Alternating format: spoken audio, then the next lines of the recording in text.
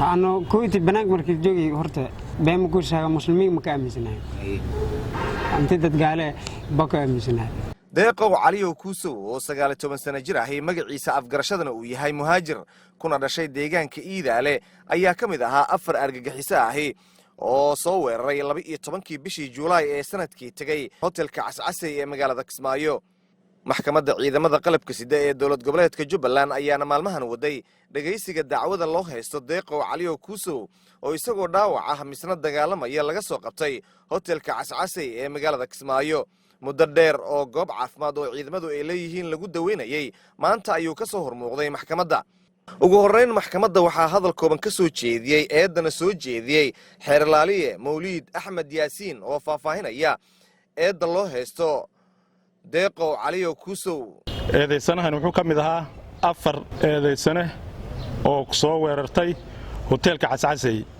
eedeysanahan wuxuu noo qirtay inuu gacantiisa ku dilay 10 qof wuxuu ku soo weerartagayna qori aakaya 10 qasnadood iyo 5 bambo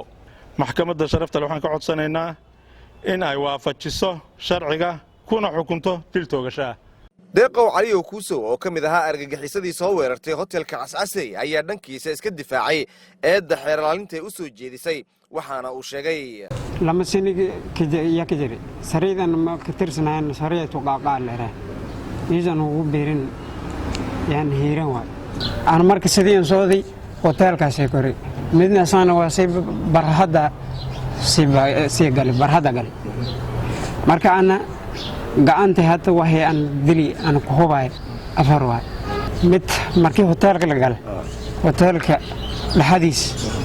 yaa ka dilay jarjarada oo ogtay agteeda ka dilay midna golka iyaga ugu taan hotelka soo horta lahayn tirmaamay kiingisay هيس هالي دهدتك الشاب أو مجاهدين تا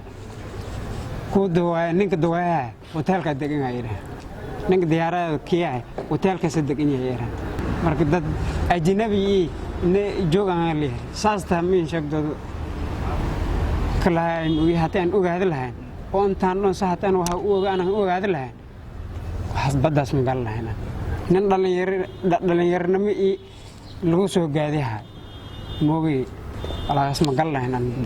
inkastoo deeqow eedda inteeda badan oo iska fogeeyay haddana waxa uu qirtay inuu ka dambeeyay weerarkii lagu qaaday hotelkaasi isla mar ahaantaana uu ka mid ahaa afartii argagixiso ee soo weerartay hotelka Cascasay ee magaalada Kismaayo Bashiir Maxamuud Xareed garsooraha koowaad ee maxkamadda ciidamada qalabka sida ee Jubbaland ayaa go'aanka maxkamadda shaaca ka qaaday isagoona dil toogasho ku xukumay deeqow caliyow kuusow oo lagu soo eedeeyay inuu ka mid ahaa argagixisadii soo weerartay hotelka Cascasay ee magaalada Kismaayo deeqow caliyow kuusow 19 jir ah oo magaciisa afgarashadu yahay muhaajir ina ijaabo isaaq ku dhashay Iidaale ka tirsan al-shabaab halkaasna ay ku dileen 26 qof maxkamaddu markay dhageysatay qiraalka eedeysanaha markay aragtay xasuuqa loo geystay dadka Soomaaliyeed ee aan waxba galabsanin markay aragtay aayadda 178 suuratul baqara